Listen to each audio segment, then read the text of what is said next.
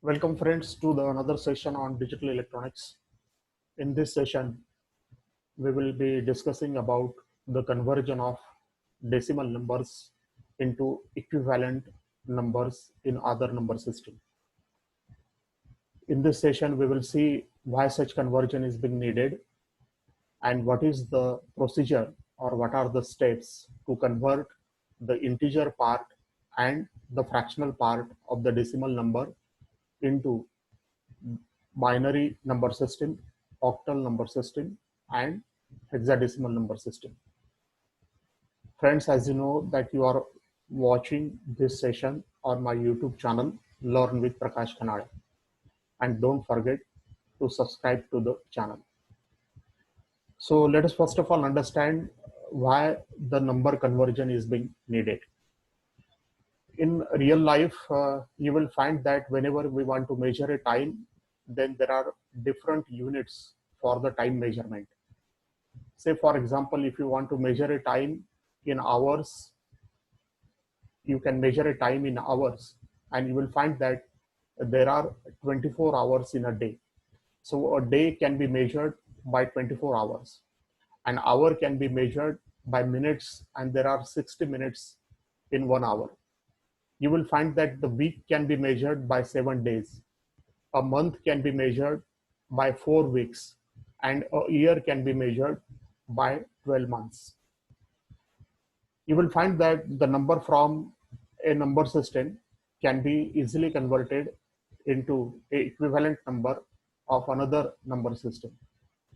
That is, we know that there are four number systems: decimal, binary, octal, and hexadecimal.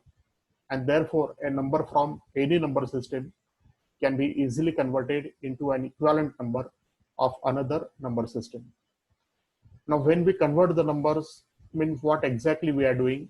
When we convert the numbers, it means that we are changing the base of the number. Now, why should we go for such conversion?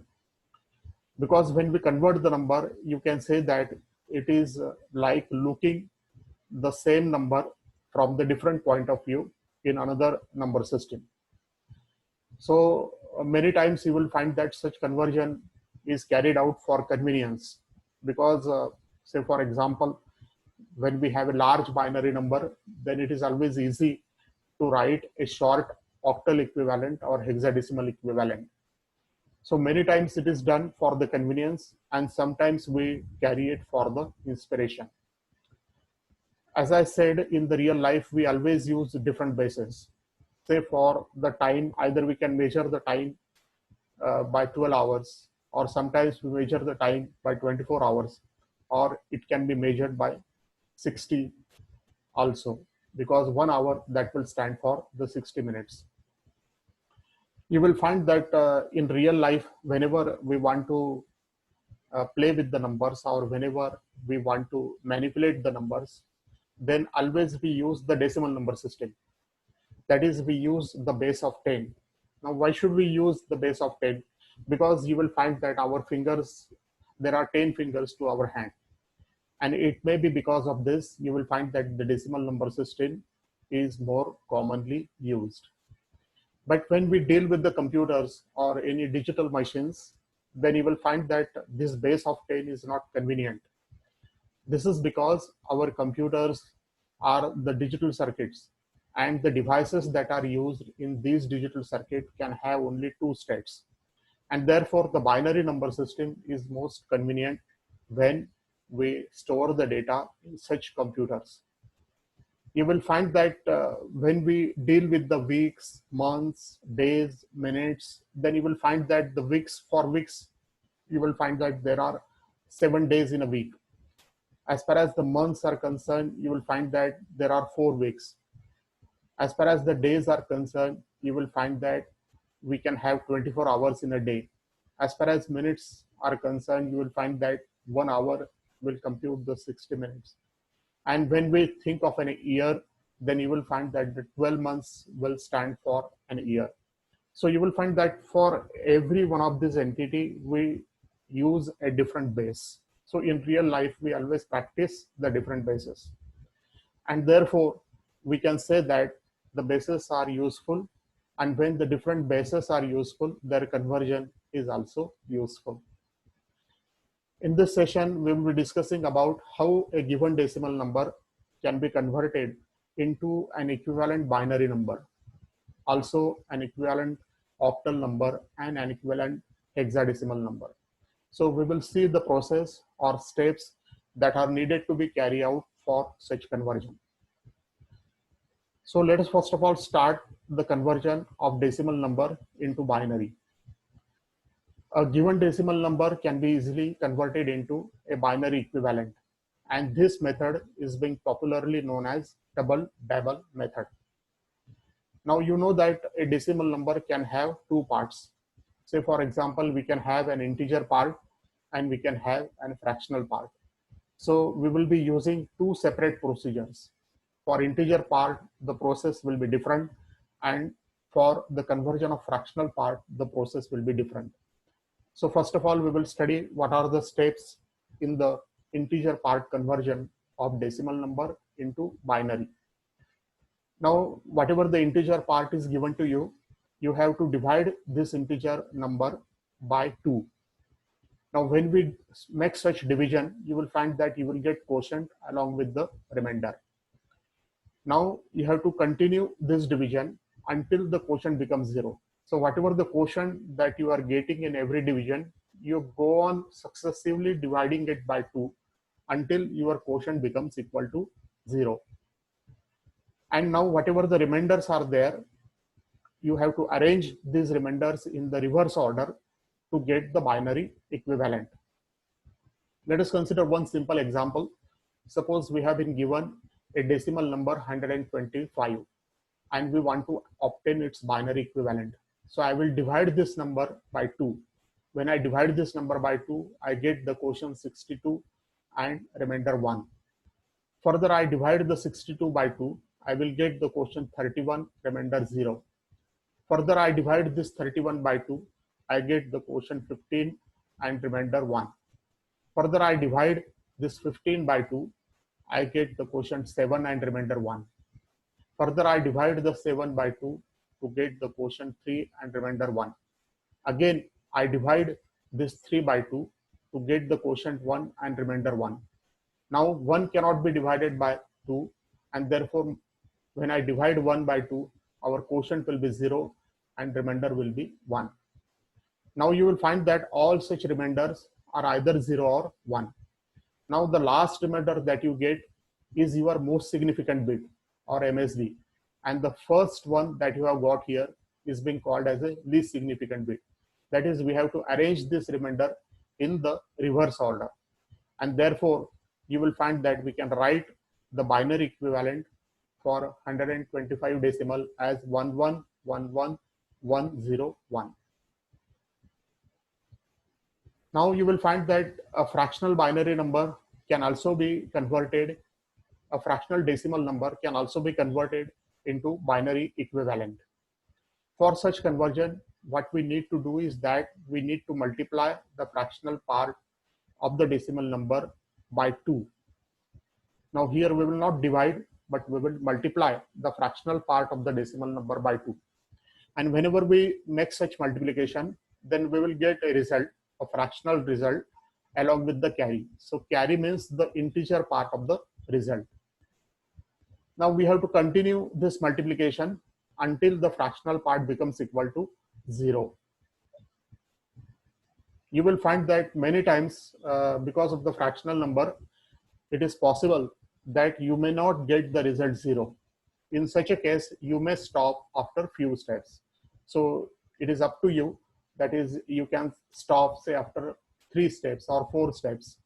And in such a case, you will get an approximate result. And now whatever the carry is there, that carry you need to arrange in forward direction, not in the reverse direction.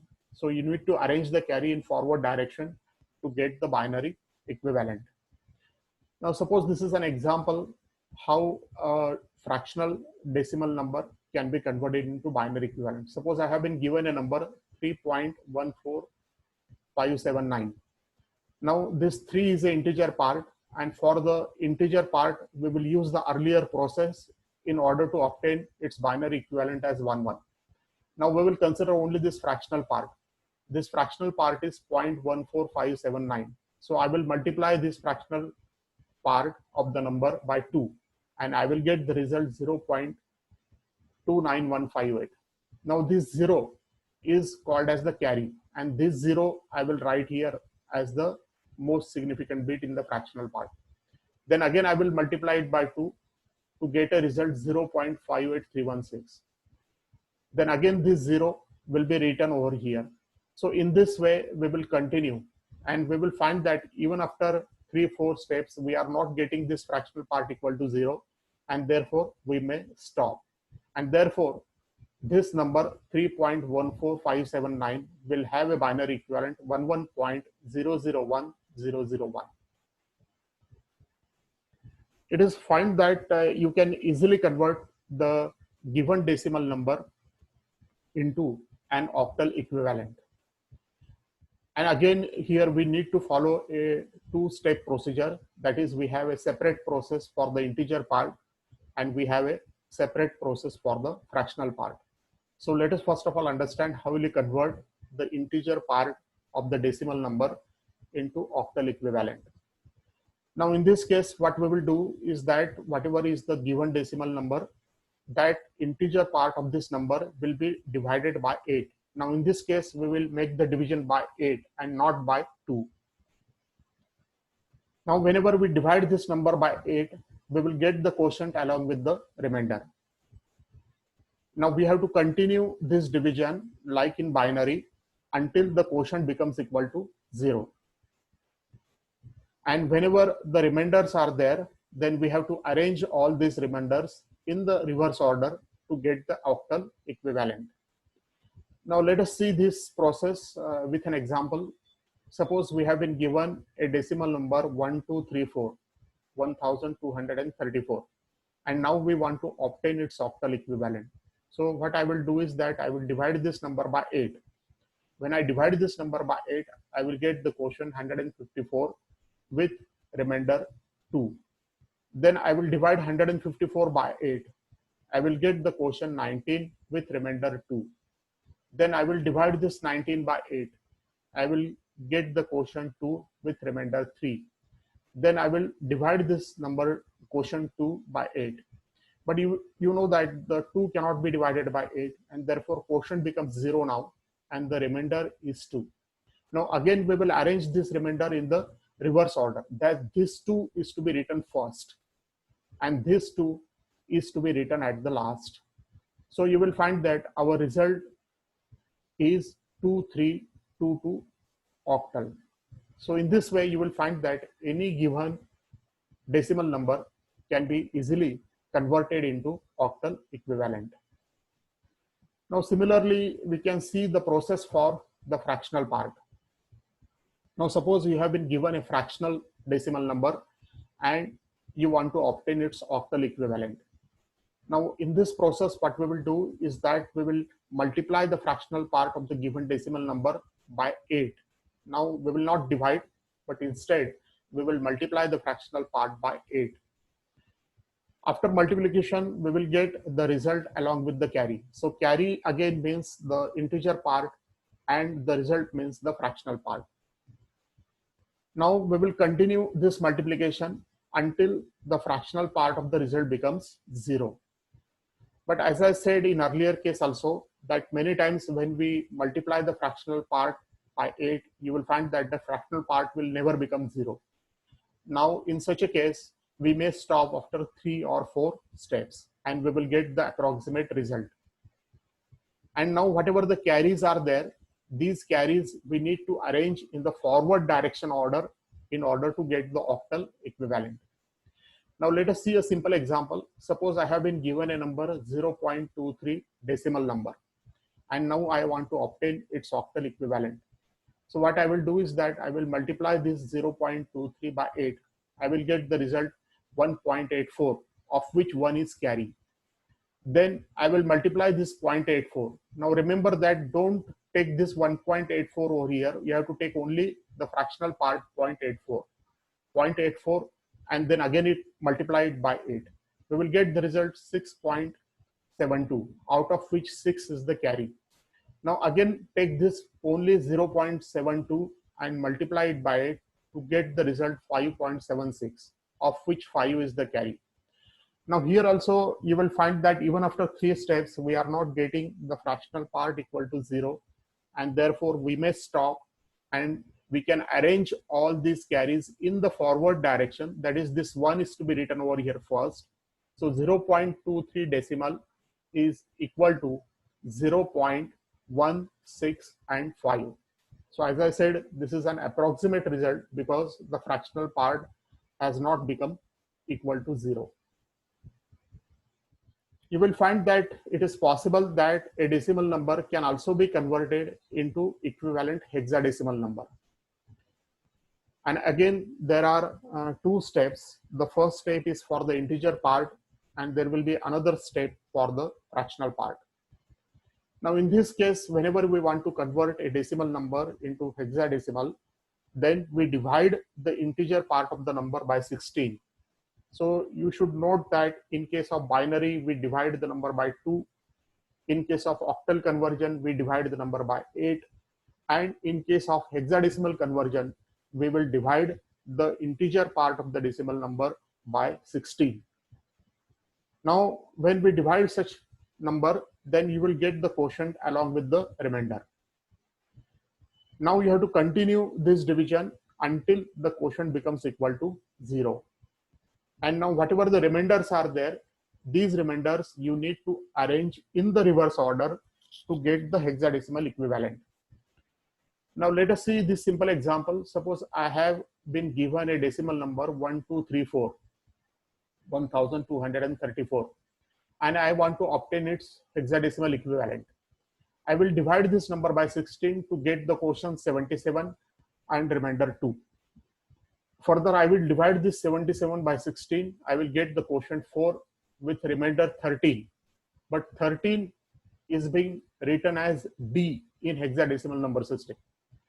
Further, I will divide this 4 by 16, but 4 is a smaller number than 16, and therefore quotient becomes 0 and the remainder becomes 4. Now I will arrange these remainders in the reverse order so that this 4 is to be written as the most significant bit. Therefore 4, D and 2. So 4D2 will be my equivalent hexadecimal number for the given decimal number. Similarly, we can convert a fractional decimal number into a hexadecimal equivalent. For such conversion, what we need to do is that we need to multiply the fractional part of the decimal number by 16. And when you make such multiplication, then there will be a result along with the carry. Now you have to continue this multiplication until the fractional part of the result becomes 0. But as I said earlier also, that many times it is not possible to get the fractional part equal to 0. And therefore, in such a case, we may stop after few steps, and whatever the result that we get will be an approximate result. And now whatever the carry that you are having, you have to arrange this carry in the forward direction to get the hexadecimal equivalent. Say for example, we are having a number 0.342. This is a decimal number, and now we want to obtain its hexadecimal equivalent. So I will multiply this number by 16 to get the result 5.472. So here 5 will be the carry. Now I will take this fractional part only 0.472 and I will multiply it by 16 to get the result 7.552. Therefore 7 will be the carry. Then I will take only the fractional part 0.552 and I will multiply it by 16 to get the result 8.832, where 8 is the carry. Now I will take only this 0.832 and I will multiply it by 16 to get the result 13.312. So 13 is the carry and 13 in hexadecimal is to be written as D. Now whatever the carries are there, these carries need to be arranged in the forward direction.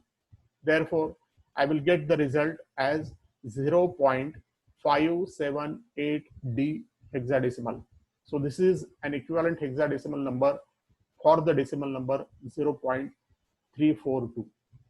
So thank you friends for viewing this presentation. Hopefully you have understood how the decimal number can be converted into equivalent binary number, octal number, and hexadecimal number.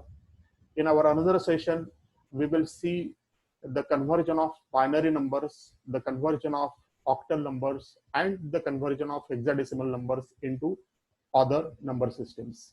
Thank you for viewing.